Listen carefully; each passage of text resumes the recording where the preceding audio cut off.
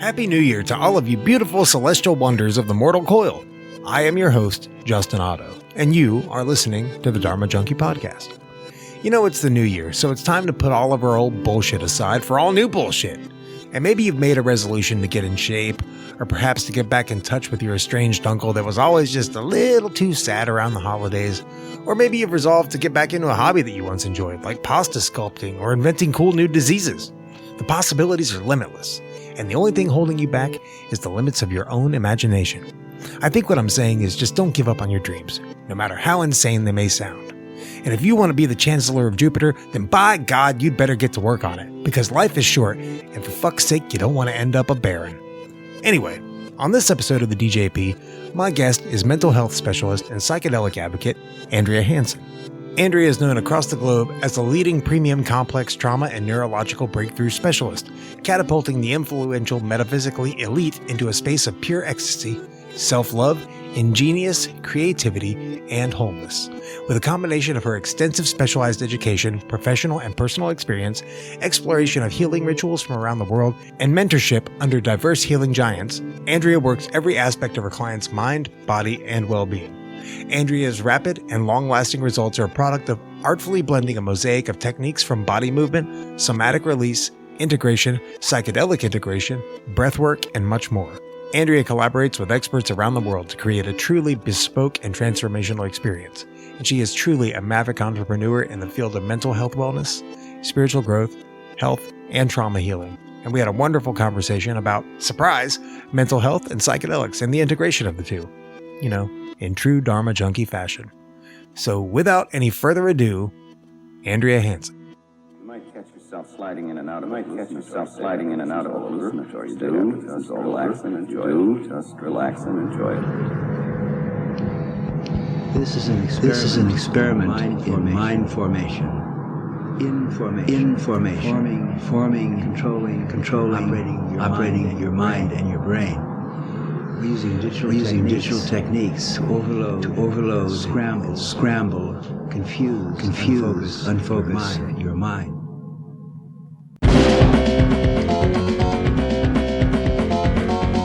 The natural state of the brain is chaos.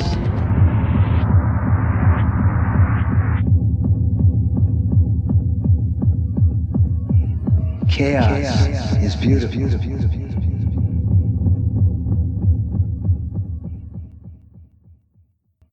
So Andrea Hanson, how's it going? Good. How are you doing? I am doing very well, very well. No complaints in this area, at least at this time. So let's kind of start with a little bit of background. Let's kind of, just tell everybody, what it is you do, kind of what your education history is, Yeah, awesome. So I am a complex trauma and addiction specialist, which at the end of the day really means a neurobiological optimization specialist. So that's what trauma does. It disrupts the brain throughout development. So being able to identify and optimize those regions of the brain is complex trauma healing. So my background is that I have a master's degree in educational psychology. I've worked as a licensed therapist for my entire career up to this point. And I have done a lot of really specialized trainings in complex trauma and addiction, and also in working with psychedelics. Right on. When did you start incorporating psychedelics into your work? About 2 years ago. What was the impetus behind that? Well, Yeah, so I have had psychedelic journeys myself and have found them incredibly impactful. And then, looking at the research, looking at the history of psychedelics, really they've been used since the dawn of time as part of healing journeys, spiritual awakening journeys. And then more recently in the 60s, they were researched quite a bit for complex trauma, and they were used really widely until the federal regulations came and shut them down. So they've been on the back burner a little bit, but there have been organizations out there like MAPS, which is an organization that I'm trained through, that have been consistently researching and working towards FDA approval for psychedelics. Right on. Yeah, Rick does really good work. I'm really happy. I keep up with MAPS pretty frequently. because I no longer do psychedelics myself because I'm in recovery, and mostly because of the stigma attached to it, around the people that I surround myself with. Me personally, I'm still an advocate for psychedelics. If it wasn't for, the rules, I would probably still indulge in psychedelics, because I think that there's really no risk of addiction with psychedelics, at least in my opinion. Especially when they're used properly in the right settings, right? Of course, anything can be addictive when used too often, when used in the wrong settings, right? But if you have it in the right, if you're in the right mindset for it and you have the right guidance throughout it, research has shown that in those scenarios, it doesn't cause addiction. And in fact, it can be really powerful for healing addiction. Yeah, absolutely. And there's so many different psychedelics that are used in the context of addiction treatment. I know, they were doing studies with, like you were saying, in the 50s and 60s, there was a lot of studies going on before, Stagger's Dot Act, I think, of 68, that pretty much cut out LSD and psilocybin from any kind of studies that were being done. But yeah, there was a lot of studies on alcohol back then, and now just so much going on, Johns Hopkins, and psychedelics are really coming into their own. They're being publicly traded now, and I think that says a lot. I think a lot of the stigma is being taken away from them, which is exactly what needs to happen, because I'm sure, as you and I agree, it's something that should have probably never been illegal in the first place. And the fact that it was as just kind of absolutely insane. Absolutely. And if we trace it back, it really goes back to the conquerors in South America who came in, and they were afraid of what the Native Americans were doing. They didn't understand it. They viewed their personal and intricate connection to the divine, to the spiritual, as more devil worship, and they wanted to instill their more patriarchal system of having to go through your priest and your pope and all of that to have that connection to God. There's a lot more control involved that way, right? Yeah. So that's kind of the beginning, that whole Catholicism crusades and all of that, the beginning of the illegalization of psychedelics. Yeah, it's so funny.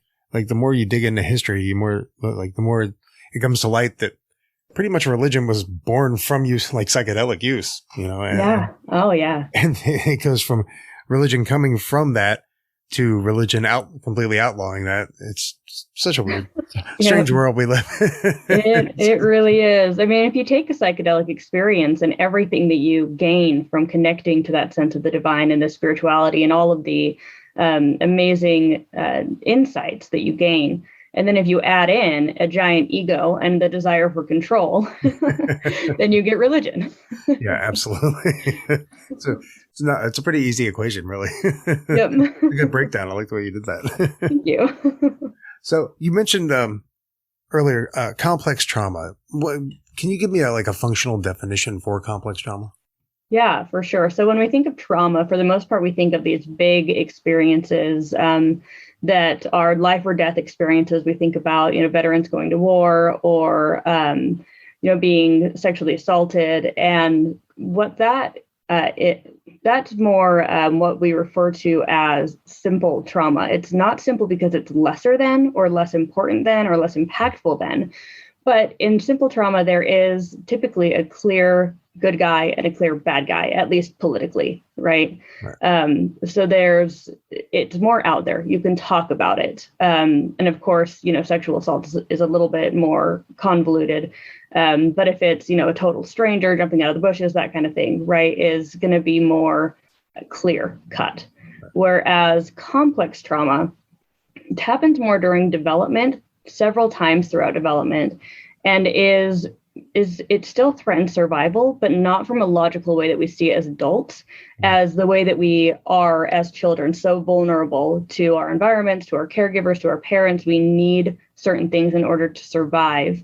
And when we don't, when we are in a safe environment, if we're not in a predictable environment, then our system reacts in that trauma response, where it disrupts all of our neurobiological development, and it steers it off course. So instead of developing properly, we start mitigating and adapting to our circumstances. Mitigating being, trying to figure out how to lessen the impact or lessen the damage, and adapting, trying to figure out how to go throughout it and still maintain the best of our world, essentially. So complex trauma, there's typically a lot more secrecy around it, a lot more isolation around it. It's not something that can be talked about. And there's more of an installation of a sense of being bad or wrong or shameful in some way from very early on in development. Right. So with like childhood, like emotional neglect, would that qualify as a form of complex trauma? Yeah, absolutely. And then it tends to compound throughout life because our bodies are in that state. We're more likely to experience more trauma throughout our lives and more things as traumatic throughout our lives. So even when we work with veterans, if they are having a really, really hard time with their PTSD, most often that links back to an early childhood trauma that was exacerbated in battle.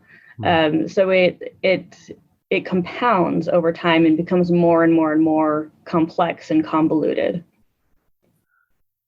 Yeah, it sounds like it. Yeah. For sure. Yeah. So definitely, like having a parent that struggles with mental illness or addiction or is neglectful, or having parents that have a very messy divorce, even adoption that separates from the caregiver in the womb right afterwards, right? And so that disrupts the development when there's very, very little brain even in the child. So it's a very low region of the brain that gets disrupted, and then everything else builds on top of that. So it's building off of that disruption. Right. Huh. Oh, okay. So how do you go about addressing this? Like, how do you go about addressing the issue of complex trauma? Like, yeah, what are the treatment modalities that you particularly use? Yeah, so I use a lot of modalities that are focused on the lower brains, the midbrain, and the body, the nervous system, as opposed to talking. So research has shown that talking is really only about 2% effective when working with complex trauma. So if you're going and you're talking about it and hashing it through and all of that stuff, you're not really getting to the root of it. You're just working on the uppermost regions of the brain, which can't do much for the rest of your body. Right. So what I do is I combine psychedelics, which psychedelics disrupt the upper regions of the brain and make it a lot easier to directly go down into those lower regions of the brain without all those barriers and walls that we put up throughout our lives. And it allows us to then use a lot of really deep body techniques. So I use a specific kind of yoga, an interoceptive yoga, that builds up the connection between the mind and the body and centers the sensations that are happening. I use techniques that get the two sides of the brain and the lower and upper regions of the brain to communicate better with themselves. A lot of body movement is really important. So if you activate a moment of trauma where you weren't able to move, or your body went into a freeze state in that moment, and then you, from that state, do what you couldn't do in the moment of trauma, so move, run, whatever it is, then that really helps to very quickly recalibrate that trauma and reintegrate that trauma without having to sit there and talk about it a bunch. Yeah, that's probably a lot easier on the client, right? It is. It definitely is. Rather than just sitting on a couch and going on and on and on about and just reliving that moment over and over again. Yeah, no, we get to go back and fix it and reintegrate it. Right. Yeah, and the psychedelics are really the catalyst to be able to dig down deep to be able to do that, right?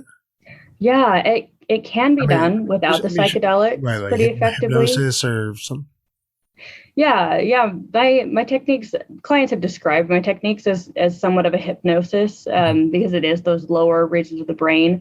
Right. And you can get there with breath work and with body movements and with some techniques, but the psychedelics really make it a lot easier to get there. So we're able to make progress so much more quickly and without all of the fear that gets in the way. So it really is a fantastic, essentially, lubricant to the therapeutic process. Yeah, for sure. Yeah, I've been a huge advocate for the use of the psychedelics in mental health applications for a long time. Oh yeah, very, very long time. From a very early on in my psychedelic career, I quickly noticed the benefits. My depression that I was suffering at the time was essentially alleviated, like almost completely, and for a long time, for, a considerable amount of time, like much like that, just the efficacy of psychedelics is just so high. Oh, yeah, absolutely. And it's for so much more than we think of the mental health field as just mental distress, but complex trauma stored in the body, it messes with your T cells and it messes with your heart and it messes with so many things that going unresolved and untreated, properly treated, people start to see medical issues in around their 30s, right? Where they're experiencing inflammatory diseases, obesity, cancer, some forms of cancer, heart issues, heart diseases. And so the use of psychedelics is so broadly applicable to so many different issues that we experience as humans. Yeah, absolutely. Absolutely. Because it is such kind of a hot topic recently, there's a lot of research going on around psychedelics. And, as we said, they've been illegal since 1968, essentially. And before that, they were absolutely not illegal in any capacity. They, as you said, they've been used since, before we have even recorded history. And you would think that alone would, just speak volumes like, hey, they've been doing this for a long time and they seem to be all right. Like, they seem to be a lot happier than we are. And, it just blows my mind that they were, it was ever made illegal in the first place. And I mean, we can speculate as to why they were made illegal, but, we could go down a lot of different rabbit holes with that, which I'm not really interested in doing. But as they are being integrated into, the mental health world now in a very real way, do you think we're gaining more understanding of just the way that they work within the brain? Yeah, definitely. There is a lot more research showing the different connections, and really it lights up areas of the brain. They light up areas of the brain that typically just aren't lit up, especially not lit up at the same time. Right. So instead of seeing, a whole bunch of different stars, we're now seeing, constellations in the brain, where instead of things being totally separate and chaotic, they're coming together in a way that makes so much more sense when all of those areas are activated at the same time. Right. Yeah. That's what can account for like synesthesia and things. Yeah. When those different areas are lighting off at the same time.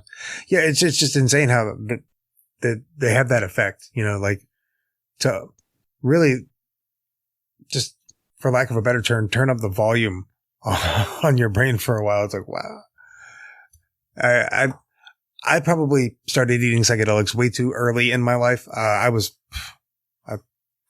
very fresh in high school. So I think I was probably a freshman in high school. So that would make me 14, probably a little early, but from that age, like I could immediately see like the benefit of just the abstract thought that you have with psychedelics. Just it increases creativity to such an extent, and just it really changes your perspective on things. And I think that's really where the creative aspect of it comes from, is it really just changes your perspective on things. It's like, hey, everything you've ever been told, okay, well, that might not be true. It's like, you never even really took that into account before. You're like, wait a minute. So I've been lied to like this entire time? Like, yeah, probably. Yeah. Yeah, no, totally. But yeah, I think that might have screwed me up a little bit, because now I'm a skeptic about everything. Probably things I shouldn't be skeptical about. Sure.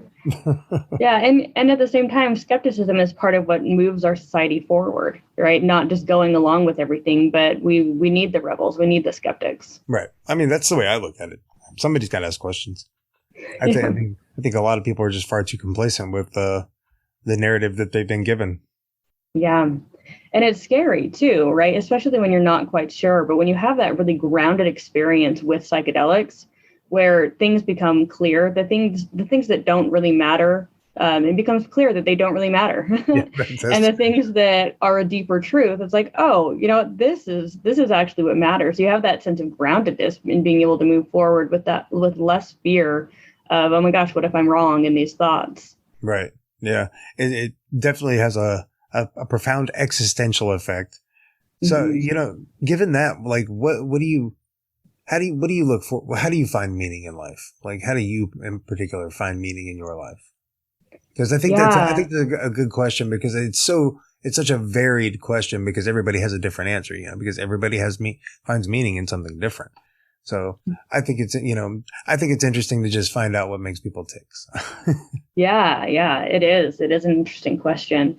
I mean, that's something that I love is helping people find that sense of meaning and purpose and aligning with it. So what really gives me a sense of meaning is the fact that we all are connected, very intricately connected. In my own experiences with psychedelics, as well as facilitating experiences with psychedelics, give me a strong feeling that the materials that we're made of, both our bodies and our spirits, are, separate, but have been around for a very, very long time, longer than we can ever imagine, and will be around for longer than we can ever imagine. And there is some kind of greater purpose. There's some kind of something that's going on that we're all part of in one way or another, that we're all trying to further in one way or another. And I look throughout history at, there's always been chaos, there's always been war, there's always been, negative things that happen, but there's always been enough of us working towards a positive direction and working towards collaboration that we have moved forward. And that I believe is part of that greater system. We don't consciously know what it is that we're working towards, but we all are, as a collective, working towards something. I hope so. I hope we're working towards something, because if we're not working towards something, we're working away from something. Yes, very true. Either that or we're just standing still, and that's pretty much the same thing for me. If we're not making progress, then what are we doing? Yeah. What made you want to get into the field that you're in? Like, what was the deciding moment for that? Like, when we were like, oh, I want to be in mental health. Yeah, in mental health. So my parents had a very contentious divorce. They were in court constantly from the time I was 2 to the time I was literally 17 and a half was the last time they had a court date. So my entire life was spent in court. So that means, court psychologists, court ordered therapy, and there was a lot of insanity. And so I had quite a bit of complex trauma growing up. And of course, I didn't know that that's what was going on. And then as a teenager, things got much worse, as things tend to do. When we're teenagers, our brain starts rapidly developing in ways that are very confusing. So we start experiencing things very differently. So, halfway through my teen years, I ended up being sent to a treatment center, which the treatment centers here in Utah are not even legal in other states throughout the country. So kids get sent here from all over the place, basically to be institutionalized. And that was a very re-traumatizing experience. Throughout the entire time, none of my therapists really saw me. None of them really listened to me. They didn't really understand me, and they didn't really help me. It was all just a bunch of fluff. We're like, oh, change your thoughts, change your perspectives. And it's like, I can change my thoughts easy enough. That's fine. I'm a thinker. But what are you going to do about the rest of me that's in constant battle with those thoughts? And the answer to that is, nothing, and you're fine. And, don't crazy make, all of that kind of stuff. So, right. So I wanted to become, a therapist that was actually helpful, that hadn't just read a bunch of books and thought I knew how to help people, but actually help people. So that was the beginnings of my career. Nice. Yeah, it always helps when you actually have a therapist that listens and gives a shit. That right? tends to be better for the client's best interest in my experience. I know that I've had some really shitty counselors in treatment facilities. Oh, yeah. And I've also had some really good ones, Yeah.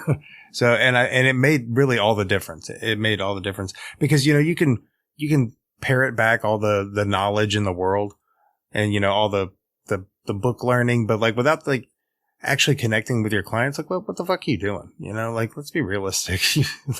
It's exactly. It's a person. You're not in school still. You have to kind of connect with these people in some way. You can't just be so cold and clinical. And I think that for a long time, that was what was like one of the main problems with that industry. It was very clinical. It was very cold, and was just no heart in it.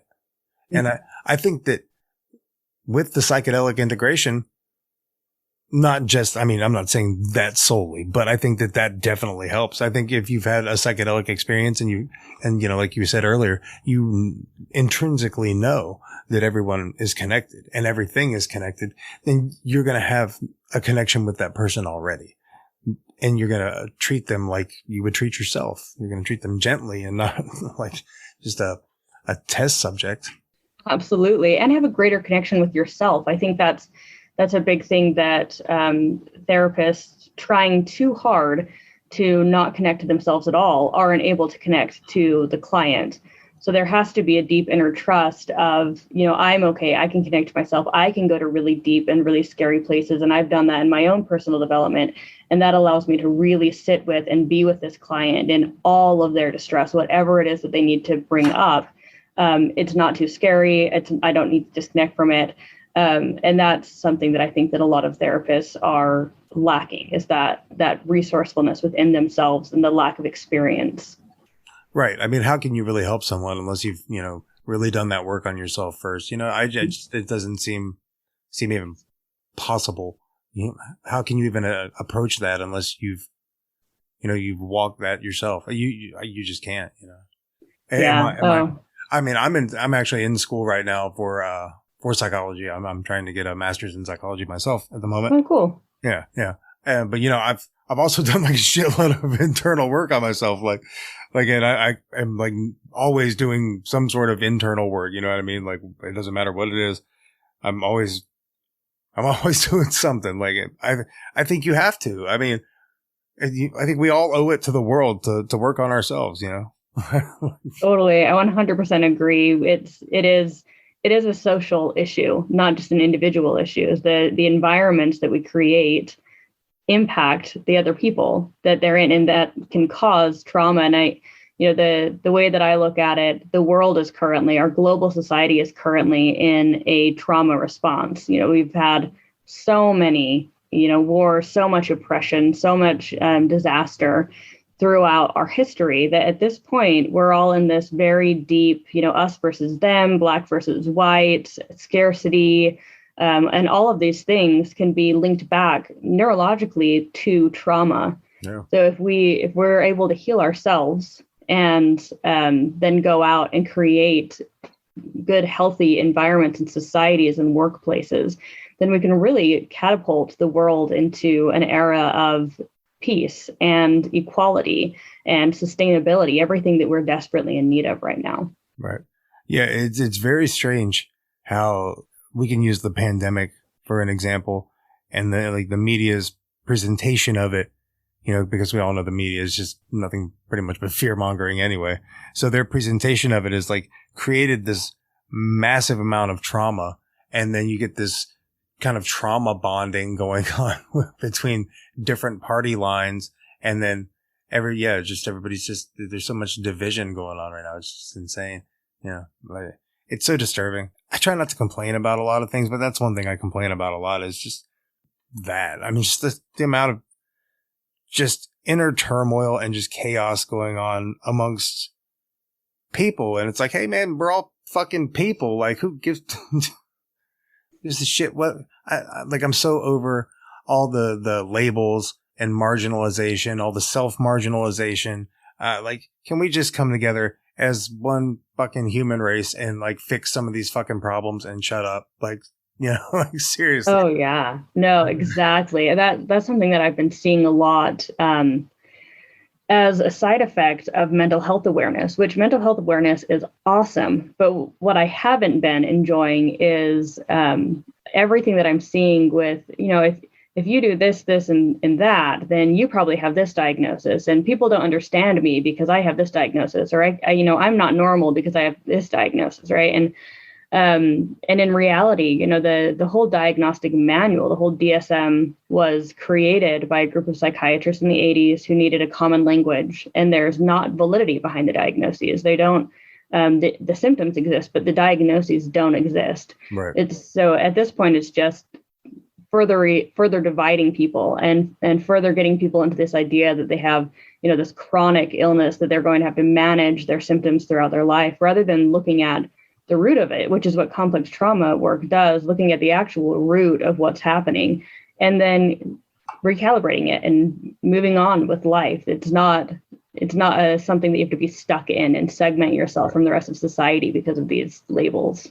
Would you say that there's like a massive amount of overdiagnosis and too much emphasis put on, like, say, chemical imbalances as opposed to addressing root issues? Like say, I'm depressed. Like, are you happy at your job? No, I hate my job. Well, there you fucking go. Like, fix that. And then, like, let's talk about the other stuff that might suck in your life. And, like, let's fix that. And then see how you feel. And then if that doesn't work, maybe we can try something else. But, like, let's, let's fix the fucked up parts of our life and then talk about chemical imbalances. Because the way that the mental health industry just throws medications at people, like, oh, that's not working. Well, let's try this combination of pills. Like, I don't know. Let's try some other shit.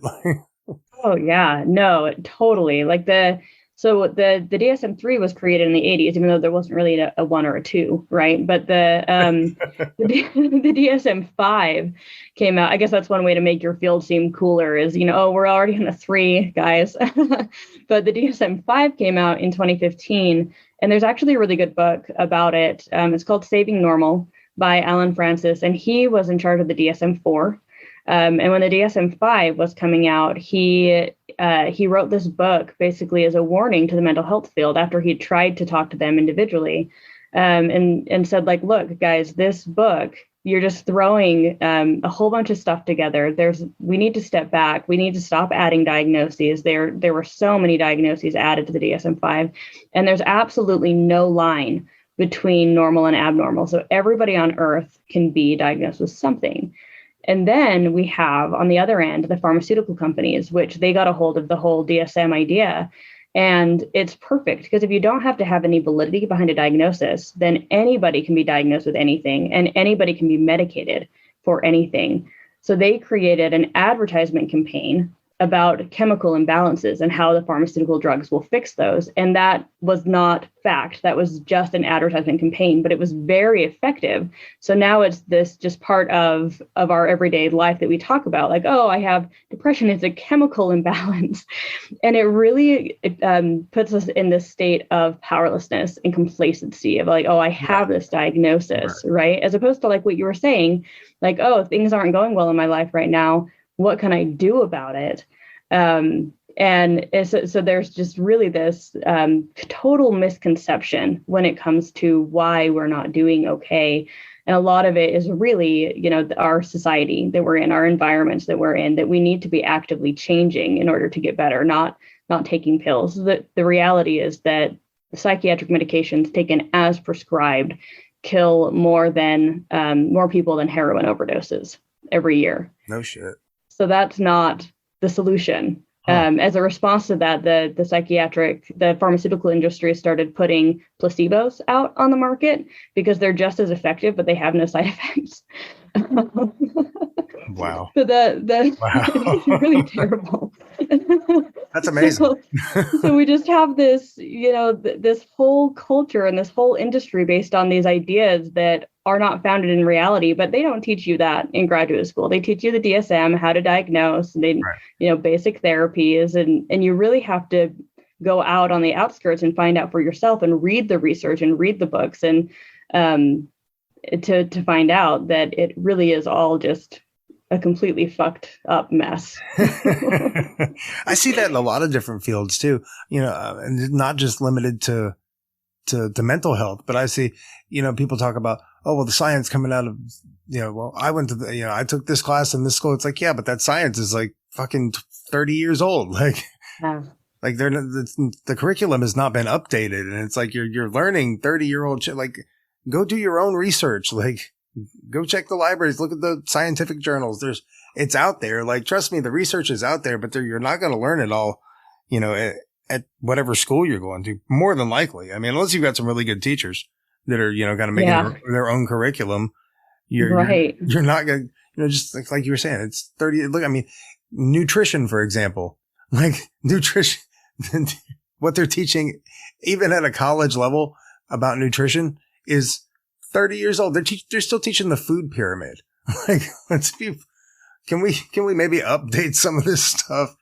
Like, yeah, no kidding. It's And mind-blowing, education, Like, yeah. The education fields, I mean, how we structure school and what we do in school is so incredibly outdated. And I really feel bad for researchers because they're out there, busting their asses off, giving us all this amazing research and being completely ignored. And then it's all this really old stuff that they've proven inaccurate over and over and over again, but nobody's listening. Yeah, nobody. Yeah. I mean, that's pretty typical of our culture, though. Yeah. Yes, And I don't think anybody, with the attention span these days, I don't think anybody could probably get through any of the really good scientific research anyway. Yeah, for sure. And we're not really taught to read that. We're not really taught to question in school. We're not taught to go find the actual source of things. We're just taught to listen and regurgitate. Right. And now we see that on a mass scale with social media, where we see something, we regurgitate it. We see something, we regurgitate it. We share it all over the place without really going and questioning and finding out, what the truth is. Well, the thing about that too is there's so much scraping going on the internet these days. You know what I mean? There's so much, like, everything you're seeing on the internet, especially on places like Facebook and Twitter, it's also carefully curated to make you, it's like, here's one thing going on, like, and it's like they're presenting one reality that is not, say, ultimate reality. You know what I mean? It's a very skewed reality because anything that they find that they deem offensive is going to be completely pulled off and gone.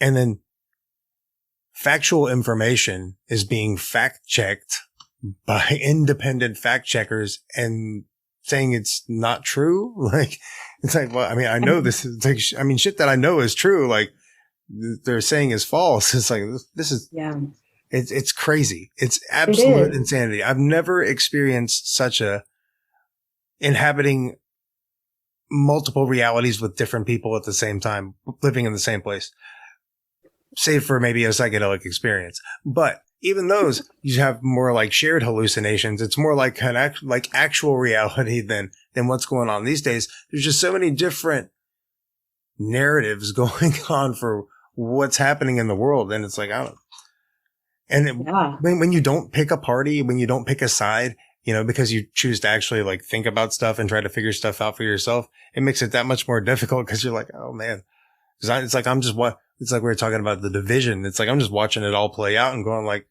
why aren't we just asking questions and figuring things out instead of just fighting with each other? Totally. I mean, Facebook needs to just go back to when we just, said what we were doing right now and throw cows at each other and call it a day, play farmland. That would be a lot easier. That would be a lot easier. It would deteriorate rapidly though. Somebody would probably get offended and. Oh yeah. Can't throw cows. Yeah. Yeah. Even Google too. So running a psychedelic clinic, even ketamine, right? Which I work with ketamine quite a bit. And I have a facility out here in Utah that we do ketamine therapy, but we do it right. We don't just do the, ketamine as a standalone treatment. We do several hour intensives with a ton of therapy. It's more like the MDMA protocol, right? Than anything else. So with all of it, lots and lots packed in, and the ketamine is really just used as a facilitator, as it should be. But even advertising that, Facebook and Google don't like the word ketamine. They'll take down ads. They'll, talking about it. The post will get flagged, and it's really still just this lack of understanding. And it's really difficult to educate people and to let people in on this awesome revolution that's happening when it's constantly being shut down by the powers that be. Right. Exactly. That's a prime example. It's a perfect example. And it's maddening. It's not only maddening, but it's kind of infuriating in some senses. It's like, can we just let people make their own decisions? If they don't want certain information, they can avoid that information.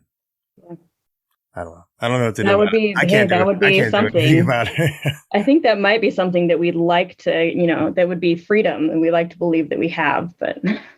Right. Yeah. That whole free will thing. Yeah. That whole thing. Yeah. Good luck with that. So, what is your answer to life? To life? Yeah. Life. What's the meaning of life for you? It's the meaning of life. Not what gives you meaning, but what's the meaning of life? It's the meaning of life. Well, if you don't know. The correct answer, I'm pretty sure the correct answer is 42. If you've seen Hitchhiker's Guide to the Galaxy, I'm pretty sure the correct answer. That's what they say. That is what they say. That is. Yeah. So if we're going to just be accurate here, then 42 is the answer to that. If I'm philosophizing, then I would say that finding ourselves and finding love, I think, as cheesy as it sounds, I think really finding that connection, that love to ourselves and to not only each other, but all living things. And that's something that I think psychedelics really helps with, is seeing that the earth is a living, breathing thing. All living things are living, breathing things, and finding that connection, that love, and those truths. Right. Yeah. I think that's the most important thing, right? Because all religions, that's all they really teach is love. Yeah. It's like if you want to break down, everybody has their own different gods, but like really it's just love. That's God. God, God is love. Love is God. That's it. That's the answer for me. Yeah. I got that debate with somebody the other day. We're talking about Pascal's wager. And I was like, well, it's probably better to believe in something than nothing. They were like, yeah, but what do you believe in? I was like, well, love, man. Like, just believe in love. Nothing else. Yeah. Just believe in that. Like, you don't have to pick one. Just pick that one. Yeah, exactly. We can just, the Beatles are right. About that anyway. About that specific thing. They may have made some errors along the way. I think Yoko might have been probably a bad choice for Mr. Lennon, but I don't. Very true. I wasn't there, so. I mean, yeah, who knows what was going on? But I do think that it means something, and it says something about humans that all you need is love was the first song that was broadcast internationally on the radio, right? And that's humans, right? That's what we're all going towards, and that's what we're all trying to accomplish. And when we look at complex trauma, that's at the root of so much of it, feeling like we're not lovable, that we are unloved, or that we're not worthy of love, or too bad for love, too evil for love, whatever it is. It's that lack of really meaningful, loving connection that's at the root of so much of the chaos and horror that happens in the world. Yeah. Yeah, I definitely agree with that. Would you say that love is what the world needs most right now? Oh, I'd say so. Yeah. Yeah, I think it could definitely probably save the world. Yes. Everybody just could love a little bit more, just a little bit harder, just a little bit longer, just a little bit more. Yep. Themselves and each other, pass the love around. It's pretty unlimited. Absolutely. Yeah. It's abundant. It is abundant. You just have to start right here. Just have to start inside. You got to love you first. Then you exactly. Can spread that around. And it's funny, if you go do nice things for other people, you start to love yourself a little bit more. It's weird how that works. Yeah, it's fascinating. Fascinating stuff. Indeed. Yeah, the whole pay it forward concept. It's a pretty amazing concept. Right on. Yeah, it sure is. And I think we could use a lot more of that too, because there's a lot of take right now. Yeah. But maybe it's always been that way. Maybe it always will. I don't know. I'm just going to keep doing what I do. I can't worry about what everybody else has going on. I do think, though, that when we look back at the history of the world, for the most part, we know the history of the people who won, and we know the military history. We know who was fighting who at what point, who was in charge at what point. But what we don't know so much about is the other people and what they were doing. So I think that there have been people since the dawn of time that have been paying it forward, that have been giving, that have been, not involved in all of the chaos and destruction, but they're just not the stories that we hear about. Right. Yeah, that makes a lot of sense. Well, hopefully we get to hear a lot more of those stories. Those are the ones I'd like to hear, but, history is written by the winners. So exactly. And they were just hanging out. They were just like, oh, I'm not participating. Conscientious objectors. Yes, exactly. Yeah, for sure. Well, hey, thank you so much for doing this. Where can people find you at? Yeah, so my website is Andrea Hanson, and that's with an .net. You can find me there. You can contact me through there. And then on Instagram, my handle is at Andrea Hanson Psych. So you can also find me through there. I'm not an avid Instagram poster. In fact, I have one post on Instagram. I'm working on it because that, as much as I'm not a fan of social media visibility, especially when it's for revolutionizing, the world, is important to have. Yeah. So you can find me there, message me through there, or through my website. Cool. Well, thank you so much. I really appreciate it. Yeah, thank you, Justin. See ya. Thanks again to Andrea Hanson for being on the show. If you would like to get in touch with her, I will have information on how to do so in the liner notes of the episode on dharmajunkiepodcast.com. If you enjoyed the show, please remember to rate, review, and subscribe. And tell a friend. Thanks again for listening. Namaste.